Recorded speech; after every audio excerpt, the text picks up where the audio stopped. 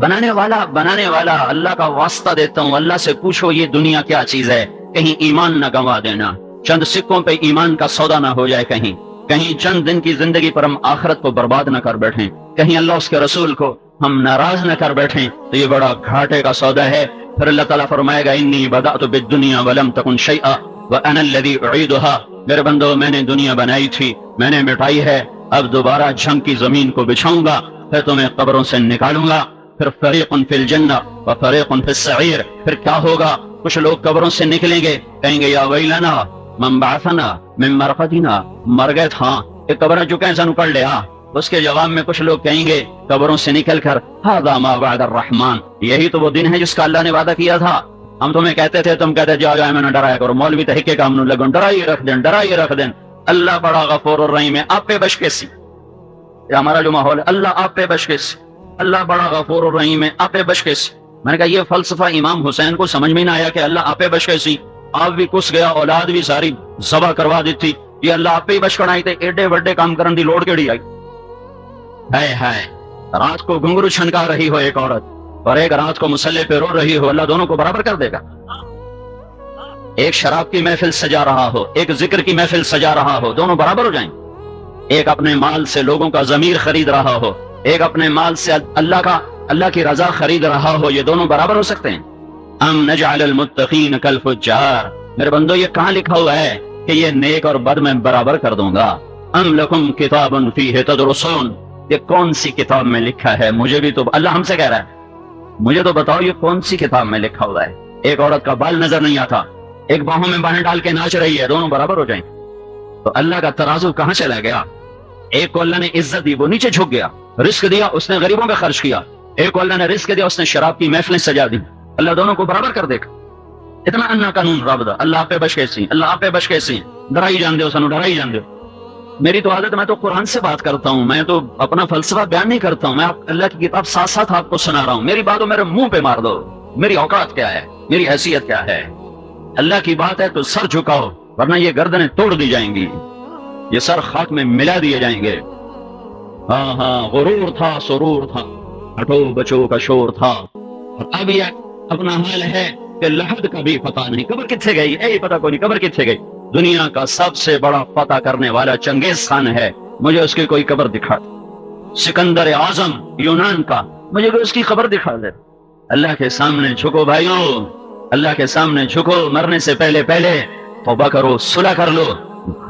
ہم بڑا مشکل ہے، گھاٹی بڑی مشکل ہے، قبروں سے اٹھایا جا رہا ہے، کچھ چہرے بڑے خوبصورت، یوم تبیض وجوہ، کچھ چہرے بڑے بدصورت وتسود وجوہ، کچھ قبروں سے نکل کہہ رہے من بعثنا، کس نے اٹھایا؟ مارے گئے۔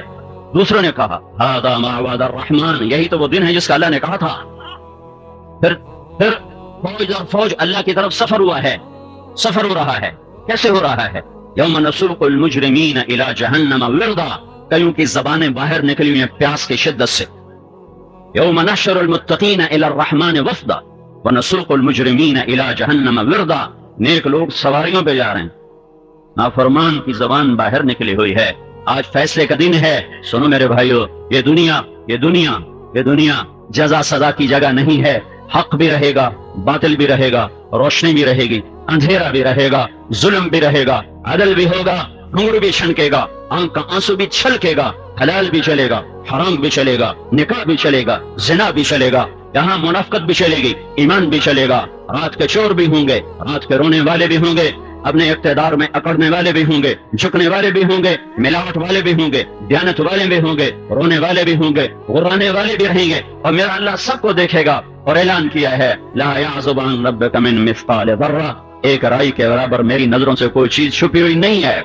تو یا اللہ انہوں ناپ کا نہیں، ولا تحسبن اللہ غافلا عما يعمل الظالمون، میں غافل نہیں ہوں، ایک دن کے لیے ان کو مہلت دی ہوئی ہے، انما یؤخرهم لیوم تشخص فیہ الابصار، ان کو موت تک مہلت ہے، پھر میرا اللہ یہ مہلت ختم کر دے گا۔ وہ دن اللہ نے سامنے رکھا ہوا ہے، جو اس کی تیاری کر کے چلتا ہے وہ کامیاب ہے، جو اس کی تیاری نہیں کرتا ایسی چیز کو منزل بناتا ہے، وہ موت کو اس کو پتہ چلتا ہے کہ میں غلط جگہ پر آ گیا ہوں، مجھ سے دھوکہ ہو گیا ہے، مجھ سے فراڈ ہو گیا ہے۔ تو میرے بھائیوں، زندگی کا کامیاب طرز یہ ہے کہ اللہ کو راضی کرتے ہوئے جان جائے، مال جائے، ملک جائے، جو بھی جائے چلا جائے، اللہ ہاتھ سے نہ جائے۔ اللہ کو راضی کرتے ہوئے آخری چیز ہے جان اور مال کا لگاؤ اللہ پر۔ لیکن دونوں طرح کے لوگ رہیں گے، حکومت پہ بک جانے والے بھی ہوں گے اور سوریوں پہ چڑھ جانے والے بھی ہوں گے۔ فیصلہ اللہ ایک دن کرنے کے لیے خود آئے گا، یہاں نہیں ہوگا۔ یہاں تو اللہ نے فرعون کو بادشاہ بنا دیا، 400 سال حکومت کرتا رہا۔ شمر کی تلوار آل رسول کے خون سے رنگین ہو گئی۔ شمر جیسا انسان فاتح بن رہا ہے اور اہل بیت کا خون پانی کی طرح زمین پہ بہ رہا ہے۔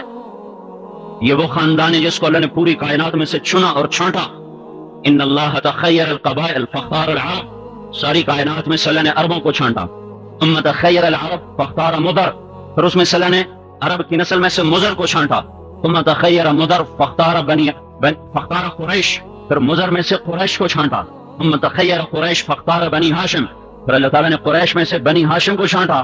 یہ وہ خاندان ہے جس کو اللہ یوں صفائی کرتا رہا، صفائی کرتا رہا، نکالتا رہا، نکالتا رہا، جب سب سے خالص، سب سے کامل، سب سے اکمل، جمال بھی، کمال بھی، حسب بھی، نسب بھی، ہر شے جب کمال کو پہنچی تو اس میں سے محمد رسول اللہ صلی اللہ تعالی علیہ وسلم کو وجود ملا۔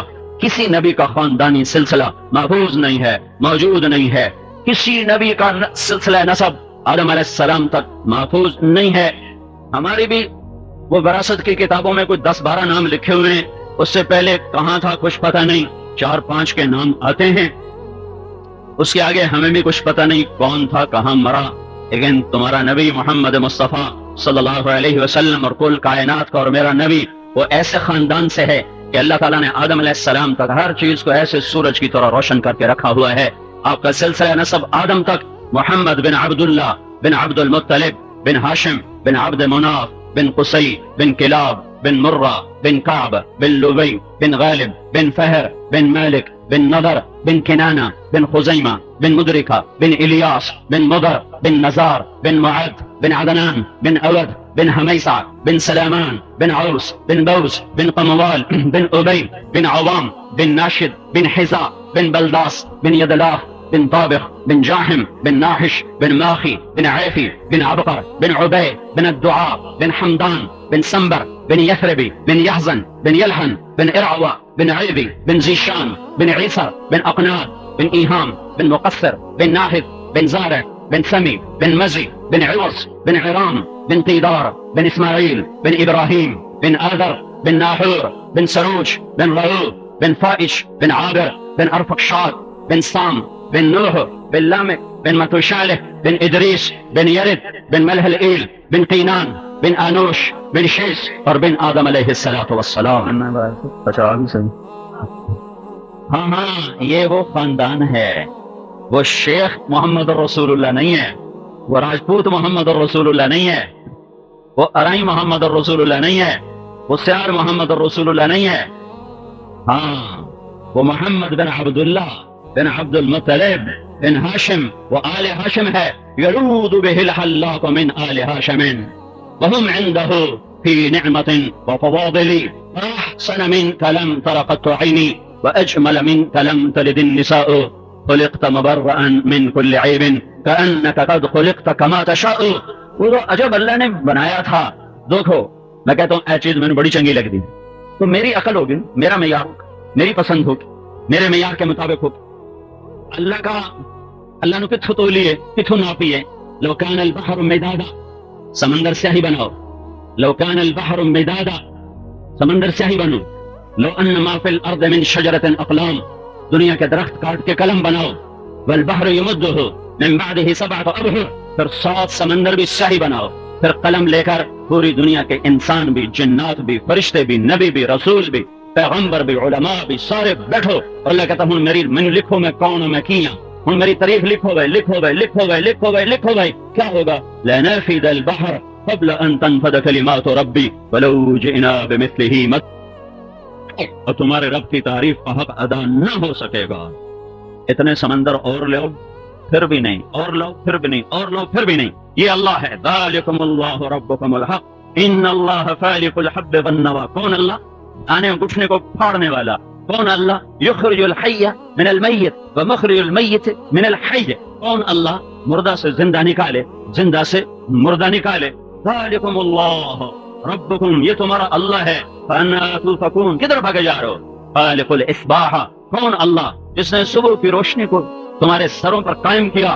کون اللہ وجعل اللیل سکنا وجعل الشمس والقمر حسبانا، جو دن اور رات کا نظام لے کر آیا. کون اللہ؟ اللہ لا الہ الا ہو، اکیلا اللہ. کون اللہ؟ الحی القیوم لا تأخذه سنة ولا نوم له ما في السماوات وما في الارض. وہ اللہ للہ المشرق والمغرب، مشرق اور مغرب کا بادشاہ. له ما في السماوات وما في الارض، زمین اور آسمان کا بادشاہ. رب المشرق والمغرب، مشرق اور مغرب کا پالنے والا.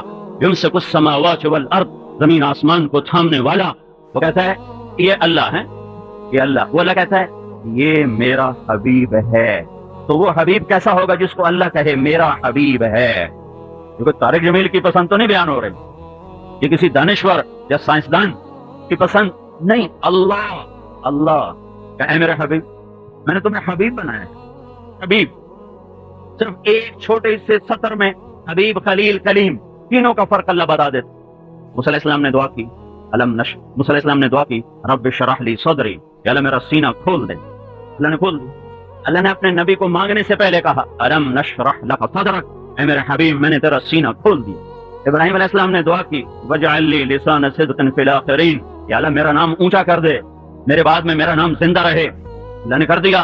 درود ابراہیمی نماز میں پڑھا جانے لگا تو میرے نبی کو اللہ نے مانگنے سے پہلے فرمایا ورفعنا لک ذکرک، اے میرے حبیب میں نے تیرا نام بلند کر دیا. صرف قرآن سے بتا رہا ہوں. ابراہیم علیہ السلام کہہ رہے ہیں اللہ اجعلنی من ورثۃ جنت النعیم، مجھے جنت عطا فرما. اللہ اپنے حبیب سے کہہ رہا ہے انا اعطیناک الکوثر، میں نے تجھے جنت کی چابی پکڑا دی ہے، تیرے بغیر کوئی نبی جنت میں جا نہیں سکتا. تیرے نبی نے کہا حرام ہے نبیوں پر جنت جب تک میرا قدم نہ پڑ جائے، اور میرے بغیر جنت کھل نہیں سکتی. پورے جنت کا مجمع جنت کے دروازے پر پہنچا ہوا ہے، 8 دروازے 8 بند. وہ سارے سوچ رہے ہیں کہ جنت میں کیسے جائیں، دروازے بند ہیں. تو یہ سارا ایمان والا مجمع اگر اللہ چاہتا تو فوراً حضرت محمد صلی اللہ علیہ وسلم کے سامنے پیش کر دیا جاتا، لیکن اللہ نے اپنے حبیب کی شان کو بیان کرنے کے لیے ان کو ادھر بھیجا نہیں. سارا مجمع آدم علیہ السلام، بابا جان، دادا جان، اللہ کے نبی، پہلے انسان، جنت کا دروازہ کھلواؤ. تو بابا آدم فرمائیں گے پترو میں تو تنوں کڑوامن جوگا بنے آؤں، بڑھن جوگے آپ ہی بڑھوں. هل اخرجکم الا خطیۃ ابیکم، تو میری وجہ سے تو تم نکلے تھے، میں تمہیں اندر کیسے لے جاؤں، کسی اور سے بات کرو. تو پھر وہ جائیں گے ابراہیم علیہ السلام، موسیٰ علیہ السلام، سلیمان، داؤد، یحییٰ، زکریا، یعقوب، یونس، الیاس، یسع، ذوالکفل، لوط، شعیب، ہود، صالح، سارے انبیاء. نہ بھائی. آخر عیسیٰ علیہ السلام کہیں گے میں تمہیں پتہ بتاتا ہوں جدھر سے تمہارا کام بن جائے گا. تو بتاؤ آپ بتائیں. تو کہیں گے جاؤ محمد رسول اللہ کے پاس، وہاں سے یہ دروازہ کھل سکتا ہے، آج کوئی نہیں کھلوا سکتا. تو یہ سارا جنت کی مجمع اللہ کے نبی کے دربار میں حاضر ہوگا، یا رسول اللہ جنت کا دروازہ کھلوائیں. تو میرا نبی کہے گا انا لہو، میں ہی کھلواؤں گا. اگر پھر میں سجدے میں سر رکھوں تو میں اللہ کی تعریف کروں. پھر میرا اللہ کہے گا یا محمد یا حبیبی ارفع راسک سل تعط اشفع تشفع. میرا حبیب مانگ ملے گا، شفاعت کر قبول ہو. تو آپ کہیں گے میں عرض کروں گا یا اللہ جنت کا دروازہ کھول. تو اللہ تعالیٰ کہے گا تو افتتاح کر، پھیتا کاٹ. اب پھیتے نہیں کٹ جو یوں سبھی کٹائیں سے پھیتے بد نہیں کہیں کروں. تو اللہ کہہ رہا ہے تم پھیتا کاٹو، تیری تو فیل کروں. تو میرا نبی کہے گا میں تیار. تو ایک سواری جنت سے اڑتی آئے گی، وہ اگر ایسے ہمارے نبی کے آگے اترے گی جیسے جہاز اترتا ہے اور آپ کے سامنے ہے، تو آپ اس کے اوپر تشریف فرما ہوں، وہ کھڑی ہو جائے گی، اس کی رسی ایسے نیچے گر جائے گی. اب یہ رسی کے گرنے کا مطلب ہے کہ کسی بندے کو چوان بڑھنا ہے. یہ رسی اللہ کے نبی نے خود نہیں پکڑنی، ورنہ وہ اوپر ہی رہے تو ایسے گر جائے گی. تو اس کے گرنے کا مطلب ہے ہوں کسی کوچوان بڑھنا ہے، تو کوئی چھوٹا بندہ تو نہیں جائے گا اس سے آ کے کھلونا ہے. لہٰذا سارا ایمان والوں کا مجمع پنجیاں سارے پنجوں پر کون دیکھی جا رہا ہے. بلو ہوں کہیں واسطے اعلان ہوتا ہے دیکھی میرے رب کا اعلان ہوگا بلال حبشی کو باہر لاؤ. سید بھی پیچھے رہ گئے ہیں، تو قریشی بھی پیچھے رہ گئے، تو عرب بھی پیچھا رہ گئے تھے، عجم بھی پیچھا رہ گئے تھے. او حبشی کا پتر کم ہی کر گیا اپنا، دیکھا بلال کو باہر لاؤ. میرے نبی نے فرمایا بلال میری سواری کی لگام کو پکڑ کے میرے ساتھ ساتھ جنت میں چلے گا. میں دروازے پہ آ کے دستک دوں گا تو مجھ سے پوچھا جائے گا کون ہے, تو میں کہوں گا محمد رسول اللہ ہے. وہ کہے گا یا رسول اللہ. اندر سے فرشتہ کہے گا مجھے حکم تھا جب تک آپ نہ آئیں دروازہ نہیں کھولے گا, تو میں آج کھول رہا ہوں. وہ کھولے گا تو آپ نے کہا میں سب سے پہلے داخل ہوں گا, اور میرے ساتھ میری امت کے غریب لوگ پہلے داخل ہوں گے, مالدار بعد میں, چاہے جنتی بھی ہیں. اب تو جنت بن چکے ہیں, لیکن مالدار لوگوں کا نمبر بعد میں اور غریبوں کا نمبر پہلے ہوگا. میرے نبی سے پوچھا گیا یا رسول اللہ قیامت کے دن آپ کو کہاں ڈھونڈیں, رش بڑا ہوگا. کہا ابغونی فی ضعفائکم, مجھے میری امت کے غریب لوگوں میں دیکھنا, میں ادھر ہی کھڑا ہوں, غریبوں میں کھڑا ہوں. مالدار بھی جنت میں جائیں گے, اور جو مقام غریب لے جائے گا, کوئی مالدار وہ لے جائے تو لے جائے, مال کی کثرت پھنسا دیتی. میرے نبی نے کہا عبد الرحمن تو رحمان کا تاجر ہے. عبد الرحمن بن عوف 10 صحابہ میں سے ایک آدمی ہے. یہ 10 کون ہیں جن کو کہا جاتا ہے عشرہ مبشرہ.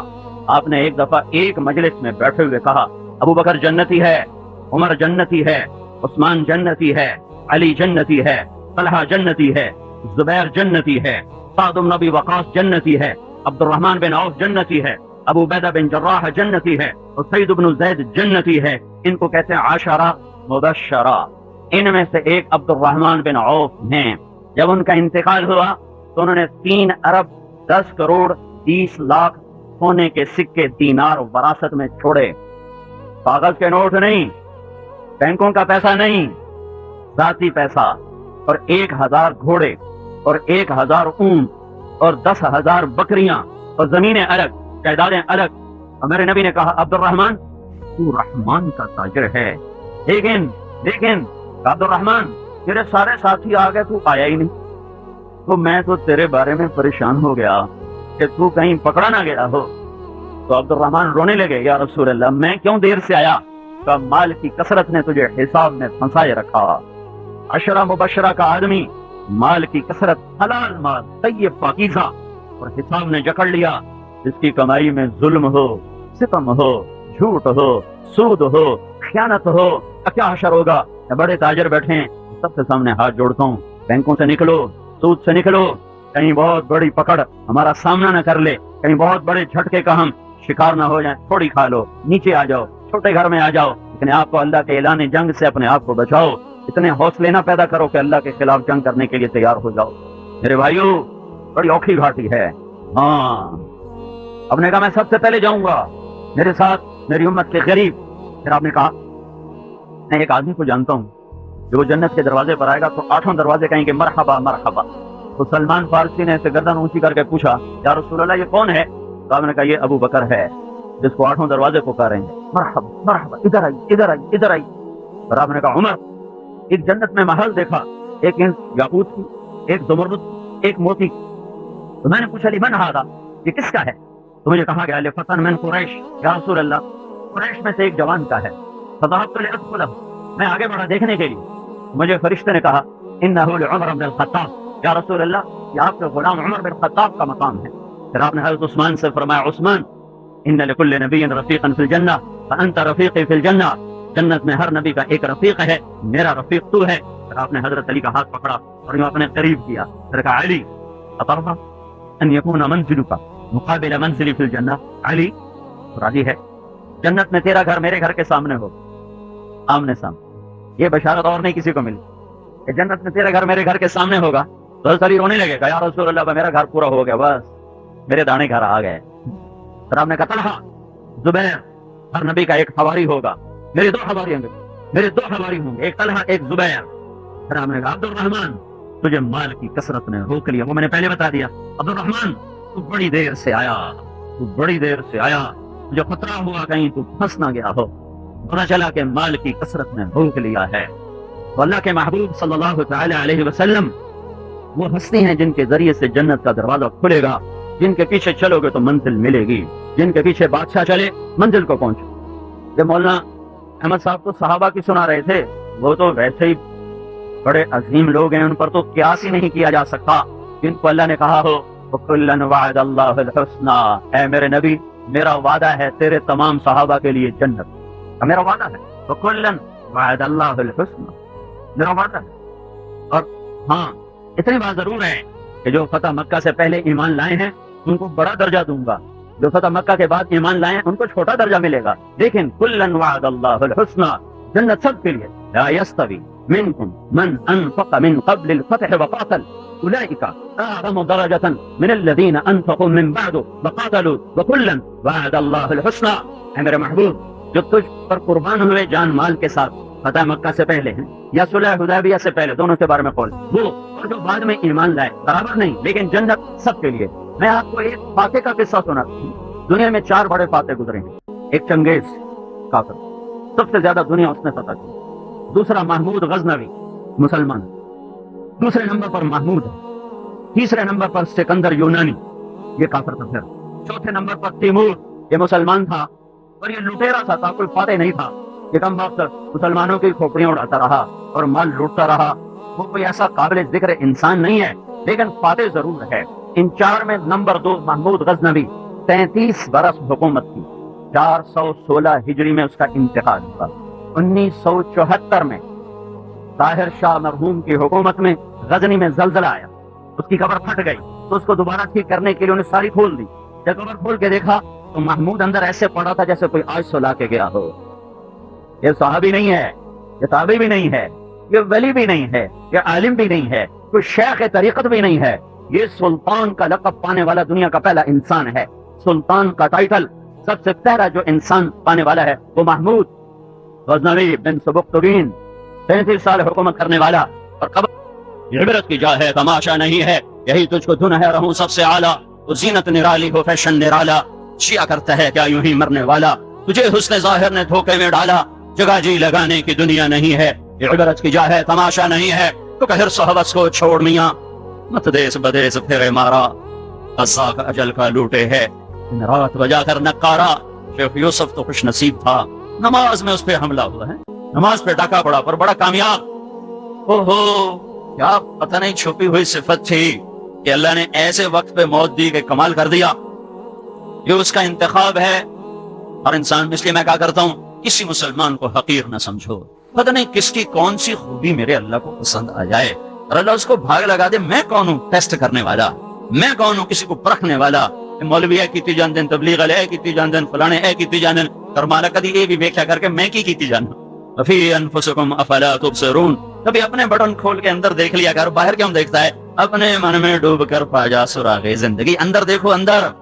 دل دریا سمندروں ڈوبے، کون دلاں دیاں جانے ہو، وچے جھیڑے وچے وچے بیڑے وچے جھیڑے وچے ونج مہانے ہو، اندر ہے اندر، وس دے ہاسے تے وس دے ناسے، چڑی جھوک دے آسے پاسے، سکو نفس پلیت پلیت کے تھا، اساں ذات پلیت نہ ہاسے۔ پہلے اپنے اندر کو دیکھو گے تو تمہیں سارا جہان اچھا نظر آئے گا، جب اوروں کے عیب چننا شروع کرو گے تو تم اپنے آپ کو شیخ عبد القادر جیلانی سے بھی اوپر دیکھنا شروع کر دو گے، اور غفلت کی موت آئے گی، خوفناک قسم۔ ہاں، قضاء اجل کا لوٹے ہے، رات بجا کر نقارا، کیا بدیا بھینسا بیل شتر، کیا گونی پلہ سر بھارا، کیا گیہوں چاول موٹ مٹر، کیا آگ دھواں اور انگارا، کیا ہوگا؟ سب ٹھاٹھ پڑا رہ جائے گا جب لاد چلے گا بنجارا۔ هل تحس منهم من احد او تسمع لهم رکزا۔ تو میرے بھائیو، اللہ نے کاروبار سے نہیں روکا، سود سے روکا، حرام سے روکا ہے، جھوٹ سے روکا ہے، خیانت سے روکا ہے، حکومت سے نہیں روکا، ظلم سے روکا ہے، پینے سے نہیں روکا، شراب کے پینے پلانے سے روکا ہے، مرد عورت کے تعلق سے نہیں روکا، زنا سے روکا ہے، شادی کرو زنا نہ کرو، پہننے سے نہیں روکا، ریشم نہ پہنو، سونا نہ پہنو، تیرے لیے جنت میں تیار ہے۔ اللہ رزق دے تو اوروں پہ خرچ کر، خود سونے کی انگوٹھیاں نہ ٹھمکا۔ ایک بڑا آدمی بڑے فخر سے مجھے دکھانے لگا، 2 انگوٹھیاں 15 لاکھ دیاں، والد صاحب 15 لاکھ دیاں، اس دھوکے میں نہ آؤ، اس دھوکے میں نہ آؤ۔